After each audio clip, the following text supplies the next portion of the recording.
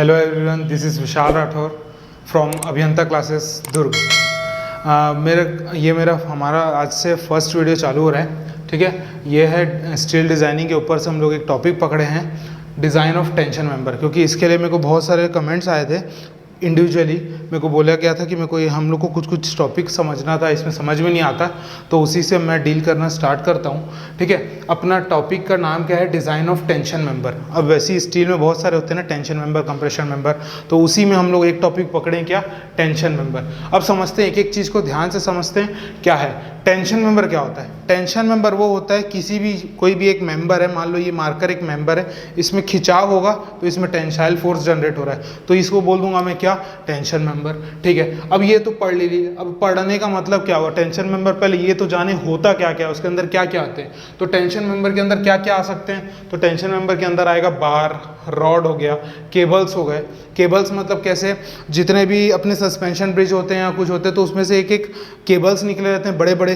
ठीक है, टेंडम हो गया, केबल हो गए, तो वो केबल्स हो गए। ये सब क्या होते हैं, टेंसाइल नेचर के होते हैं, तो इसमें टेंशन जनरेटर है, तो इसलिए टेंशन मेंबर होता है। आई सेक्शन हो गया, एंगल सेक्शन हो गया। ठीक है, एंगल सेक्शन हो गया, चैनल सेक्शन हो गया। ये सब क्या है, चैनल मतलब क्या होता है, सी टाइप सेक्शन होता है, तो इसको बोलते हैं चैनल सेक्शन। तो ये सब क्या है, टेंशन मेंबर। ठीक है, चलो ये तो मेरे को समझ में आ गया भाई, ये मेरे मेंबर्स हैं। ठीक है, अब क्या, टेंशन मेंबर क्यों लगा रहे हैं, कारण क्या होता है, हर चीज़ के पीछे कारण है, तो क्यों लगा रहे हैं, तो इसलिए लगा रहे हैं जहाँ पर भी हाई रेसेस बिल्डिंग होती है, मतलब कैसे इमारतें एकदम होगी 5 मंजिल, 6 मंजिल, 7 मंजिल, 8 मंजिल, 32 मंजिल, ऐसे करके जो होते हैं बड़े बड़े मेट्रो सिटी में बहुत ऊंचे ऊंचे फ्लैट्स होते हैं, तो वो क्या होते हैं, सब उसमें अगर लगेगा तो टेंशन मेंबर लगा रहे हैं। अगर स्टील स्ट्रक्चर बनाते हो तो आप टेंशन मेंबर का यूज़ करोगे। टेंशन मेंबर का यूज़ क्यों करेंगे, इसलिए करेंगे क्योंकि जहाँ पर हाई रेसेस बिल्डिंग हो गया, पहला चीज़। दूसरा, जहाँ विंड लोड आ रहा है, ये विंड की ज़्यादा इफेक्ट पड़ रहे हैं, ब्रेसिंग वेसिंग लगाने की ज़रूरत पड़ जा रही, तो वहाँ पर अपन टेंशन मेंबर का यूज़ करेंगे। यहाँ तक तो अपने को समझ में आ गया भाई कि पहले होता क्या क्या है और उसको क्यों यूज़ किया जाता है। यहाँ तक क्लियर है। अब आगे बढ़ते हैं। क्या, सबसे पहले जान लेते हैं अपन टेंशन मेंबर के लिए क्या करते हैं। टेंशन मेंबर के लिए हमेशा याद रखना, हमने को नेट एरिया निकालेंगे, नेट एरिया निकालेंगे। अब क्या, जैसे मान लो कोई एक मेंबर है, उसमें मैं खींचा, मैं बोला था खींचूंगा, तो टेंसाइल फोर्स एक्चुअली एक्ट कर रहा है। ठीक है, टेंसाइल फोर्स एक्चुअली एक्ट कर रहा है। अब उसके लिए जो भी इसके क्रॉस सेक्शन होगा, एरिया ऑफ क्रॉस सेक्शन, वो क्या होंगे, पूरे फोर्स इक्वली डिस्ट्रीब्यूट होते, तो area of cross section uniformly distribute होगा। ठीक है, तो अपन वहाँ पर जब भी मिलेंगे तो नेट एरिया कैलकुलेट करेंगे। तो नेट एरिया क्या हुआ, तो जब भी नेट एरिया कैलकुलेट करते हैं तो किसके लिए करते हैं, टेंशन मेंबर के लिए। जहाँ भी टेंशन मेंबर आया तो सिंपल से आपको ये याद रखना है भाई कि ये नेट एरिया के लिए होता है, क्योंकि ये ऐसे न्यूमेरिकल्स, ऐसे ऑब्जेक्टिव आते भी हैं कि नेट एरिया, अब बोलेगा net, the effective net area is used to calculate dash member, तो आपका आंसर आएगा टेंशन मेंबर। ठीक है, 4 का ऑप्शन दे देगा, आपको याद रखना है टेंशन मेंबर। याद करने के लिए क्या, NET, नेट, नेट में लास्ट में टी आता है, वैसे टेंशन भी टी आएगा, तो आपको इजिली आपको याद कर सकते हो, ऐसे न्यूमोनिक्स टाइप का बना सकते हैं अपन कुछ। ठीक है, चले आगे देखते हैं। कंप्रेशन मेंबर का क्या होगा फिर, ग्रॉस एरिया, एक नेट एरिया, दूसरा ग्रॉस एरिया। अब ठीक है, अब नेट एरिया ग्रॉस एरिया तो हो गया, अब समझ में आ गया। अब ये होता क्या है देखते हैं। जैसे कि ए नेट इक्वल्स टू क्या लिखा हूँ मैं, area of gross minus area of hole. अभी क्या आया, अब समझते हैं। मान लो मैंने एक प्लेट लिया, ठीक है, मैंने ये एक प्लेट लिया, ठीक है, इसका क्या है, विड्थ है, और इसकी कुछ एक मोटाई होगी, तो विड्थ हो गया, थिकनेस हो गया। अब यहाँ पर मेरे को क्या करना है, एक होल करना है, तो मैं क्या करूँगा, ग्रॉस एरिया निकालने के लिए क्या करूँगा, width into thickness, width into thickness, तो क्या हो जाएगा, सिंपल से ए ग्रॉस हो जाएगा बी इंटू टी। यहाँ तक क्लियर है, ए ग्रॉस हो गया बी इंटू टी। अब क्या करना है, इसमें मैं क्या लिखा हूँ, क्या डिडक्ट कर रहे हैं, एरिया ऑफ होल को डिडक्ट कर रहे हैं, मतलब क्या कर रहे हैं, डी डैश निकालेंगे, इसका डी डैश, मतलब डी डैश क्या होगा, आपका ग्रॉस डाया, जो भी होगा डी डैश इंटू टी कर देंगे। अब कैसे, होल करेंगे ना, ये अपना क्या हुआ, प्लेट, ये विड्थ हो गया, ये थिकनेस हो गया, इसमें से क्या करेंगे, ये जो एरिया होगा इसको डिडक्ट करेंगे, मतलब यहाँ से अपन गोल आकार को निकाल देंगे। ठीक है, तो ये चीज़ समझ में आया। तो सिंपल से बात है, ये अपना बी हो गया, ये टी हो गया, ये होल को अपन सिंपली निकाल दिए। जैसे अगर पर्पस में देखा जाए तो ये चीज़ थोड़ा समझ लेंगे। मैंने मान लो इसी का निकाला हूँ, तो मैं क्या किया हूँ, ये बी है, इसका थिकनेस है, और ये जो डाया है इसको निकाल दिया हूँ, तो अब इसी डाया का निकालना है, तो ये क्या होगा, ए नेट। ठीक है, तो वही कर रहा हूँ सिंपल, यहाँ पर ये होल क्रिएट कर दिए, तो ये हो गया। तो एरिया ऑफ होल क्या होगा, डी डैश इंटू टी। तो सिंपल से अपने को ये समझ में आ गया, ए ग्रॉस क्या हुआ, बी इंटू टी, और ये क्या हो जाएगा, डी डैश इंटू टी। अब डी डैश क्या होगा, ग्रॉस डाया होगा, ग्रॉस डाया के लिए हम लोग जब पढ़ते हैं, मान लो अगर अपन रिवेटिंग करते हैं तो क्या करते हैं 1.5 से डिडक्ट कर देते हैं। WSM के केस में क्या करते हैं 25 mm से कम होगा डाया तो उसमें 1.5 प्लस करके क्लियरेंस को हटा देते हैं, तो वहाँ से आ जाता है डी डैश। वो चीज़ अपन रिवेट कनेक्शन वो सब में जब अगर पढ़ने हैं तब उसके बारे में बात करेंगे। तो यहाँ से अपने को ये मानता हूँ मैं, आपको ये पता होगा डी डैश क्या है, ग्रॉस डाया है, तो ग्रॉस डाया हो गया इनटू क्या करूँगा थिकनेस से, तो यहाँ से एरिया फुल है, दोनों को माइनस किया, आंसर आ जाएगा ए नेट। अब A net is for tension member, T tension member खत्म हो गया। अब बात करते हैं यहाँ पर, ठीक है, तो वहीं ग्रॉस के लिए क्या किया, ग्रॉस एरिया के लिए क्या किए कंप्रेशन मेंबर। कंप्रेशन मेंबर मतलब क्या, कॉलम वॉलम ये सब क्या कंप्रेशन मेंबर है, तो वो सब के लिए अपन ग्रॉस एरिया निकालें। ठीक, यहाँ तक टॉपिक खत्म हो गया। अब समझते हैं क्या, आगे को देखते हैं थोड़ा सा, ठीक है। अब एक टर्म जनरेट होता है, ठीक है, लग एंगल। अब लग एंगल क्या होता है, उसके लिए सबसे पहले थोड़ा सा आपको पहले समझाता हूं मैं कि शियर लेग इफेक्ट क्या होता है, ठीक है। शियर लेग इफेक्ट क्या होता है थोड़ा समझते हैं।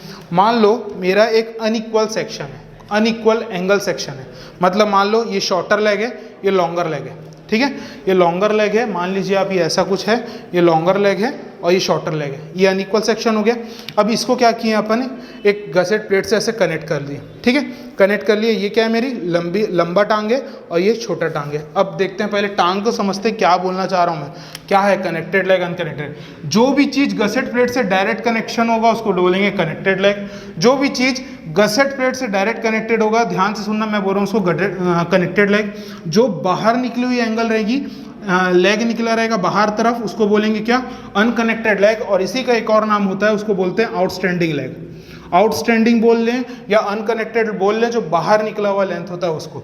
तो अभी मैं क्या बोला, शियर लेग इफेक्ट समझाने के लिए मैं बोल रहा हूँ मैं अनइक्वल एंगल ले रहा हूँ। अनइक्वल एंगल मतलब एक टांग अलग का रहेगा, एक अलग, तो एक शॉर्टर होगा, एक लॉन्गर होगा। मानते हैं कि शॉर्टर लेग कनेक्टेड है किससे, गसेट प्लेट से। शॉर्टर लेग कनेक्टेड है गसेट प्लेट से और लॉन्गर लेग क्या है, बाहर निकला हुआ है। अब ठीक है, यहाँ तक तो समझ में आया कि हाँ गसेट प्लेट से शॉर्टेड कनेक्टेड है और जो आउटस्टैंडिंग लेग है या अनकनेक्टेड लेग है वो बाहर निकला हुआ है। अब क्या होगा, इस पे लगेगा लोड, इस पे लगेगा लोड। ये किससे कनेक्ट है, रिवेट से कनेक्ट है। तो जहां पर भी रिवेट से या कोई भी कनेक्शन से कोई भी चीज कनेक्टेड होगी, वहां पर एक चीज जनरेट होगा जिसको बोलते हैं अपन शियर लेग इफेक्ट। याद रखेंगे, फिर से बोल रहा हूं, जहां पर भी कनेक्शन किसी चीज से कनेक्टेड होगी या कनेक्शन होगा तो वहां पर एक जनरेट होगा शियर लेग इफेक्ट। अब ये शियर लेग इफेक्ट क्या है, मैं बोला था शॉर्टर लेग कनेक्टेड है गसेट प्लेट से, किसके थ्रू, रिवेट के थ्रू। बाहर निकला हुआ क्या है, लॉन्गर लेग है। अब लॉन्गर लेग में लगाऊंगा लोड। लॉन्गर लेग में लोड लगाने के कारण क्या होंगे, स्ट्रेन जनरेट होगा। जाहिर सी बात है, लोड है तो स्ट्रेस जनरेट होगा, स्ट्रेस के कारण स्ट्रेन जनरेट होगा। तो दोनों में स्ट्रेन अलग अलग होगा, ठीक है, मानते हैं दोनों में स्ट्रेन अलग अलग होगा। अब इसी को स्ट्रेन को जो पैदा होना होगा अलग अलग जगह में स्ट्रेन, इसमें अलग स्ट्रेन आएगा, इसमें अलग स्ट्रेन आएगा, तो उसी के कारण शियर लेग इफेक्ट आता है, ठीक है। अब उसी को डिमिनिश करना है, मतलब क्या, शियर लेग इफेक्ट डिमिनिश हो जाएगा, मतलब क्या, उसको हटाना है अपने को, ठीक है। तो मैं क्या बोला, डिफरेंट एंगल की जो सेक्शन होगा उसमें क्या होगा, शियर लेग इफेक्ट जनरेट होगा, ठीक है। ये चीज क्लियर हो गया, डिफरेंट स्ट्रेन होगा, स्ट्रेन के कारण शियर लेग इफेक्ट जनरेट होगा। इसी फिनोमेना को बोलते हैं शियर लेग इफेक्ट। यहाँ तक समझ में आ गया, मतलब शियर लेग इफेक्ट बोल सकता हूँ मेरे लिए हानिकारक है, अब मेरे को इसको हटाना है। शियर लेग इफेक्ट मेरे लिए हानिकारक है, मेरे को उसको हटाना है।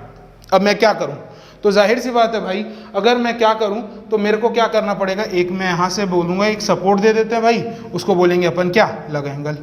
अब वही चीज़ समझते हैं लग एंगल होता क्या है। यहाँ तक समझ में आया, सपोर्ट दे दिए तो उसको बोल दिया अपन लग एंगल। अब आ जाते हैं यहाँ तरफ, ठीक है। तो पहले बोलते हैं लग एंगल क्या है, पढ़ लेते हैं। तो लग एंगल क्या है, लग एंगल क्या है, small piece of angle is used, मतलब एक छोटा सा पीस ले लो एंगल का, उसको अपन यूज कर रहे हैं कहाँ पर, टू कनेक्ट। किसको कनेक्ट कर रहे हैं ये बताओ, ये शॉर्टर, ये आउटस्टैंडिंग लेग से कनेक्टेड है, कनेक्टेड। तो जाहिर सी बात है सर, ये आउटस्टैंडिंग या अनकनेक्टेड लेग से। तो जो small piece of angle outstanding या अनकनेक्टेड लेग से कनेक्ट होगा, ठीक है, और ये गसेट प्लेट के हिसाब से जुड़ा हुआ है, तो उसी को बोलेंगे लग एंगल। मतलब जो भी एंगल आप किसको सपोर्ट करने के लिए लगाओगे, आउटस्टैंडिंग या अनकनेक्टेड लेग के लिए, तो उसको क्या बोलेंगे, लग एंगल।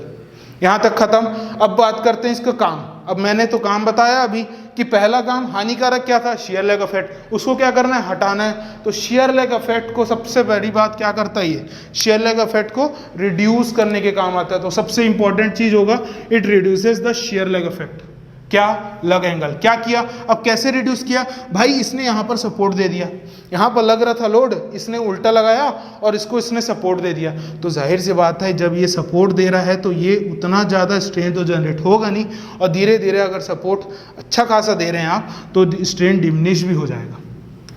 ठीक है, तो शियर लेग इफेक्ट हटाया जा सकता है, पूरी तरह हट भी सकता है जब अगर लग एंगल यूज होगा तो। ये इंपॉर्टेंट पॉइंट है, शियर लेग इफेक्ट पूरी तरह हट भी सकता है लग एंगल लगा दे तो। ठीक है, तो it reduces the shear lag effect. यहां तक क्लियर हो गया अपने को पहला पॉइंट। दूसरा पॉइंट बोलता है, मान लो इधर मैंने दो कनेक्शन की थी भाई। अब दो कनेक्शन क्या होता है, length of connection. Length of connection मतलब कितना लेंथ पे आप कनेक्शन कर रहे हो। तो लेंथ ऑफ कनेक्शन के लिए अपन क्या किए, it reduces the length of connection. मतलब क्या, अगर मैंने यहाँ पर सपोर्ट दे दिया, मतलब क्या किया, एक लग एंगल लगा दिया, तो मेरे को ये ब्लू लाइन से जो मैं कनेक्शन दिया था मेरे को देने की जरूरत नहीं, मेरा एक रिवेट से ही वो झेल लेगा। अगर मैं लग एंगल लगा दिया तो मेरे एक रिवेट से ही वो झेल लेगा, तो दूसरा रिवेट देने की जरूरत नहीं। अगर रिवेट नहीं दोगे तो लेंथ ऑफ कनेक्शन नहीं जरूरत होगी। तो ये reduces the length of the connection. ये 1001 बार पूछा हुआ क्वेश्चन है, बहुत इंपॉर्टेंट है, यही पूछता है हर बार। ठीक है, आपको ये चीज स्टेटमेंट में पूछ सकता है, बोल देगा इट लग angle increases the length of connection, तो गलत है। लग angle reduces the length of connection, सही है। लग angle increases the shear lag effect, गलत है। अब आती है नेक्स्ट बात, लग एंगल लगाने के कारण टेंशन मेंबर की एफिशिएंसी बढ़ाई जा सकती है। अब जाहिर सी बात है, अगर यहाँ पर सपोर्ट दे दोगे तो आपका टेंशन मेंबर की एफिशिएंसी ऑलरेडी बढ़ जाएगी। अगर वो 100 का ले रहा होगा लोड तो वो 200 का ले सकता है। उदाहरण के तौर पे बता रहा हूँ, अगर वो 100 का ले रहा है तो वो 150 200 ऐसा करके ले सकता है। क्यों? क्योंकि उसकी एफिशिएंसी झेलने की क्षमता बढ़ जाएगी। तो इसलिए it increases the efficiency of tension member. यहाँ तक अपने को, मेरे को लगता है आप लोग को समझ में आ गया होगा। ठीक है, अब बात करते हैं आगे में। यहाँ तक क्लियर हुआ। अब देखते हैं क्या नेक्स्ट टॉपिक बोलता है, how to calculate effective net.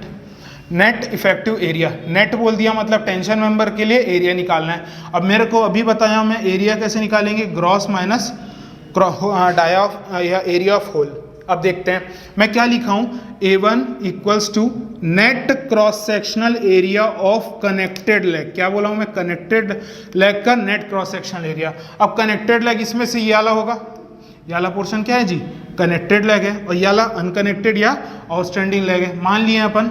ठीक है, अब उसके बाद देखते हैं A1 क्या है, net cross sectional area of connected leg. अब ठीक है, यहाँ तक तो समझ में आ गया। अब इसमें बताएंगे, अगर इसका देखता हूँ मैं तो इसमें क्या दिखेगा, एक प्लेट है जिसमें एक होल होगा तभी तो रिवेट जाएगा, तो वो होल होगा। तो जाहिर सी बात है अगर अपने को ए नेट निकालना हो तो ग्रॉस में से क्या करेंगे, होल को माइनस कर देंगे, तभी यहाँ पर जो एरिया लिया है वहाँ पर आया है नेट वर्ड। क्यों? क्योंकि उसमें रिवेट में होल किए हो, सॉरी वो एंगल के यहाँ पर होल किए हो, तो होल को हटाओगे इसलिए अपन को नेट वर्ड का यूज हुआ है। ठीक है, तो वही चीज ग्रॉस माइनस होल का डाया निकालेंगे। अब क्लियर हो गया। दूसरा बोलता है A2 क्या है, तो A2 भाई अनकनेक्टेड लेग है, याला क्या है, अनकनेक्टेड है, अनकनेक्टेड या आउटस्टैंडिंग लेग। तो इसमें वर्ड आया क्या, ग्रॉस। अब इसमें ग्रॉस क्यों आया, क्योंकि इसमें तो कोई होल ही नहीं है। अगर इसमें होल होता तो अपन नेट बोलते हैं, लेकिन होल ही नहीं है, तो सिंपल एज इट इज अपन क्या करेंगे, L2 इंटू टी, तो सिंपल ये ग्रॉस आ जाएगा। समझ में आ रहा है? तो ये अनकनेक्टेड लेग के लिए आ गया यहाँ तक। अब ये तो मेरे को समझ में आ गया भाई, सर आपने इसको A1 बोला, इसको A2 बोला, अब निकाले कैसे। अब निकालने का तरीका देखो, जो आपका कनेक्टेड लेंथ का लेंथ क्या है, L1, अनकनेक्टेड लेग का लेंथ क्या है, L2। अब देखते हैं A1 क्या है। A1 को लिखता हूँ मैं L1 minus T/2 into T. अब ये L1 क्या हुआ, ये हो गया T/2 और T। अब देखो जब भी अपन करेंगे तो ये सेक्शन को देखोगे आप, तो ये इसके लिए भी कॉमन है और इसके लिए भी कॉमन है, तो ये कॉमन आएंगे ना, तो कॉमन वाले को तो नहीं ले सकते, इसलिए उसको हटाना पड़ेगा। तो इसके लिए बोलेंगे इसने लिया आधा और इसने लिया आधा। ठीक है, आधा आधा के हिसाब से देख लेते हैं, तो ये L1 minus T/2 into T. ठीक है, ये जो L1 होगा उसमें से T/2 कर लिए इतने हिस्से का, इंटू क्या करेंगे आप, T से मल्टीप्लाई कर दिए तो यहाँ से एक एरिया आ गया। ये काय का होगा, net cross sectional area of connected leg. दूसरा बोलते हैं A2। A2 क्या होगा, gross cross sectional connected of leg, मतलब अनकनेक्टेड लेग के लिए। तो अनकनेक्टेड लेग के लिए ये L2 हो गया, तो यहाँ से L2 minus T/2 into T. ये भी समझ में आ गया। इसमें क्या बोला था मैं, सेम पोर्शन में ऐड कर रहा है, तो इसमें से आधा ये ले रहा है तो आधा ये हो गया, तो ये भी क्लियर हो गया। अब यहाँ से निकालेंगे हम लोग A नेट, क्या हो जाएगा, A1 plus K times of A2। अब A1 plus K times of A2, तो K क्या होगा जी, K है due to shear lag effect. अब बोला था ना शियर लेग इफेक्ट है, इनको हटाएंगे कैसे, घातक है हमारे लिए, हटाने के लिए क्या करेंगे, लग एंगल लगा देंगे। तो लग एंगल क्या करेगा, इसको कम कर देगा। तो लग एंगल क्या किया, अब यहाँ पर लिख लें अपन, लग एंगल क्या किया, रिड्यूस कर दिया शियर लेग इफेक्ट, रिड्यूस कर दिया लेंथ ऑफ कनेक्शन, और बढ़ाया क्या जी, लेंथ आपका बढ़ाया क्या, एफिशिएंसी बढ़ा दिया, किसकी, टेंशन मेंबर्स की एफिशिएंसी बढ़ाया जा सकता है अगर आप यहाँ पर लग एंगल लगा दें तो। क्लियर है। अब लग बोल रहा है, एंगल बोल रहा है, तो जाहिर सी बात है लग एंगल ही लगाएंगे। ठीक है, ये क्या इफेक्ट किया, शियर लेग इफेक्ट। तो के क्या है, एक फैक्टर आ रहा है, और जाहिर सी बात है ये यूनिट लेस क्वांटिटी होगी, डायमेंशन लेस क्वांटिटी होगी, तो जाहिर सी बात है ये लेग इफेक्ट जो दे रहा है ये के टाइम्स हुआ। ठीक है, अब क्या है, के क्या है, शियर लेग इफेक्ट के कारण। अब मैं यहीं पर आता हूं तो मैं बोलता हूं ये मेरा प्लेट है, गसेट प्लेट, ये मेरा एंगल था, इधर में क्या किया, किसको कनेक्ट किया, लग एंगल को कनेक्ट कर दिया। अब लग एंगल लगा तो ये सब चीज़ आ गया। अब जाहिर सी बात है ये आया, मतलब ये घातक चीज़ है, घातक को हटाया तो के का वैल्यू 1 हो जाएगा। जब लग एंगल यूज़ करोगे तो के का वैल्यू हो जाएगा 1। तो जाहिर सी बात है यहाँ पर इस फॉर्मूला में डालेंगे तो ए नेट आ जाएगा आपका A1 plus A2, A1 plus A2, के का वैल्यू क्या हो जाएगा जी, 1 हो जाएगा। कब हो जाएगा, अगर लग एंगल यूज़ कर रहे हैं आप तो के का वैल्यू हो जाएगी 1। यहाँ तक क्लियर हो गया। अब ए नेट निकाल रहे हैं तो ए नेट के लिए आप इसी चीज़ को फॉर्मूला में क्या करेंगे, ए नेट क्या हो जाएगा, A1 प्लस A2। ठीक है, अब A1 प्लस A2 मतलब क्या हुआ, इधर A1 प्लस A2 तो L1 प्लस L2 होगा, माइनस T/2 और T/2 मिल के क्या हो जाएंगे, T हो जाएंगे। तो वही लिखा हूँ मैं, L1 plus L2 minus T into क्या कर दी, T। तो यहाँ से अपना ए नेट आ गया। ठीक है, तो यहाँ तक मेरे हिसाब से आप लोगों को सब चीज़ क्लियर हो गया होगा कि लग एंगल का क्या काम है, इसमें क्या किए हैं, इसमें कैसा क्रिएट करना है, क्या है टेंशन मेंबर, क्या होता है टेंशन मेंबर, कहाँ यूज़ होता है, क्यों यूज़ होता है, ये सब बारे में आपको पता चल गया होगा। अब आगे अपन जो बचे हुए 3 केसेस हैं जो लग एंगल को कैसे लगाना है क्या है उसके बाद ऊपर में देखते हैं। ठीक है, अब बात करते हैं net area for the angle section के जो 3 केसेस की बात कर रहा था मैं, ये 1 साइडेड, बोथ साइडेड। अब उसके बारे में बात करते हैं। तो केस नंबर 1 बोलता है single angle connected to the gusset plate. Single angle अगर गसेट प्लेट के साथ कनेक्टेड है तो क्या केस हो। तो ये हमारा क्या था, ब्लैक से जिसे बनाया हूँ, ये मेरा क्या है, गसेट प्लेट है, ये एंगल कनेक्टेड है। जो कनेक्टेड होगा, मैं क्या बताया था, कनेक्टेड लेग होगा, जो बाहर वाला होगा वो आउटस्टैंडिंग या अनकनेक्टेड लेग। सबका L1 L2 पता है, तो वहीं से अपन A1 निकालेंगे, L1 माइनस T/2, वही जो आपको पहले मैं बता चुका हूँ, वही इंटू T करेंगे, वही केस A2 के लिए करेंगे।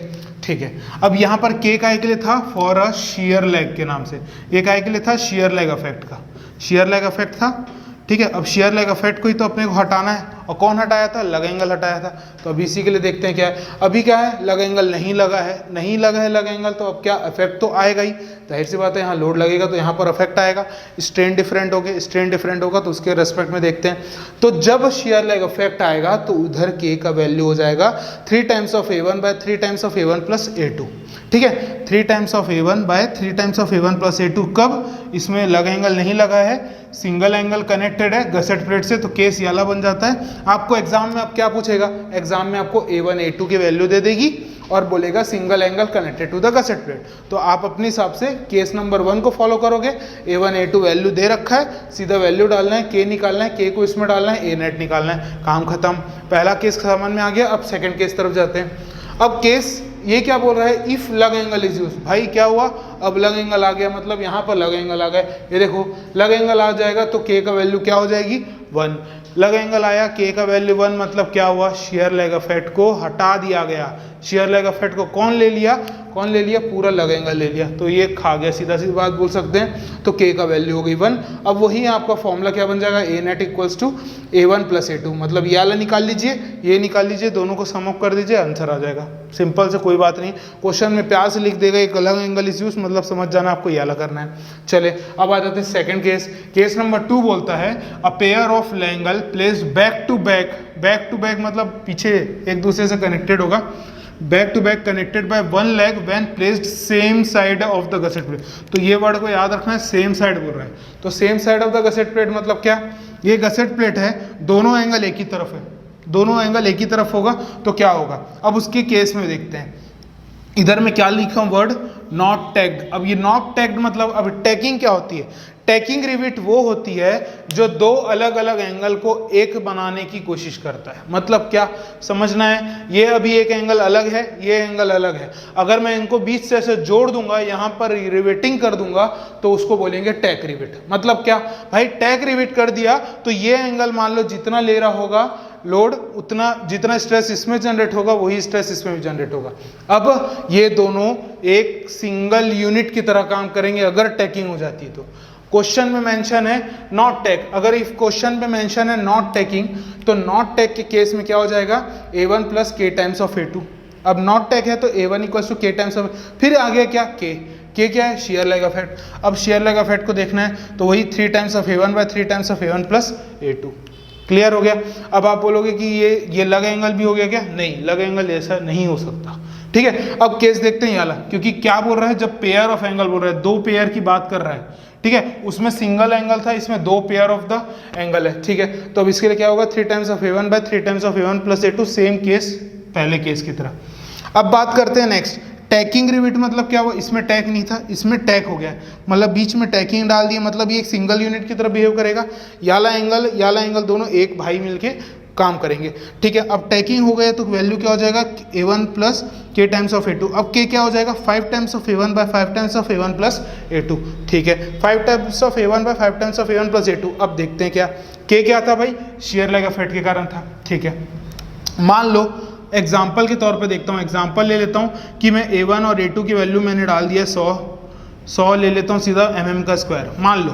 तो ये इधर अगर मैं मान लो वैल्यू डालता हूँ तो ये 300 बटा क्या हो जाएगा 400, 3 बटे 4 क्या होता है 0.75 समथिंग कुछ होता है। ठीक है, तो ये आ गया मान लो वैल्यू ये। ठीक है, अब यहीं पर इधर डालूंगा क्या बोलते हैं 100 डाल दिया तो ये कितना होगा 500 बटा 600। अब आपके हिसाब से देखो वैल्यू क्या हो रही है, थोड़ी थोड़ी बढ़ते जा रही है, वैल्यू बढ़ते जा रही है, मतलब धीरे से अपने को क्या करना है, K का वैल्यू 1, तभी K का वैल्यू 1 हो गया, मतलब क्या हुआ, शेयर लेग का इफेक्ट गायब हो गया। तो शेयर लेग का इफेक्ट गायब करना है। ठीक है, यहाँ तक समझ में आया अपने को। जब सेम एंगल है, एक तरफ हो रहा है, same sided of the gusset plate है, तो 3 times of A1 by 3 times of A2 हो गया। वहीं जब अपोजिट मतलब सेम साइडेड में अगर टैगिंग हो गई है, टैगिंग रिविटिंग का यूज़ कर लिया, मतलब दोनों को मिला दिया गया है, तो 5 times of A1 by 5 times of A1 plus A2। अब केस नंबर 3 बोलते हैं। पहला केस समझ में आ गया था, दूसरा में अलग एंगल है, तीसरा वाले में इसकी बात किया मैं सेम साइडेड, अब अपोजिट साइड। मतलब क्या, अब मेरा बीच में गसेट प्लेट होगा, इधर एक एंगल होगा, इधर एक एंगल होगा, और उनको बीच में रिविटिंग करूंगा। तो उसके केस में A net equals to A1 plus K times of A2। अब इधर K का वैल्यू क्या हो जाएगी 1 हो जाएगा। तो यहाँ तक के का ये जो 3 केसेस हैं, ये 3 केस से इंपॉर्टेंट है, इससे बहुत सारे क्वेश्चन आते हैं।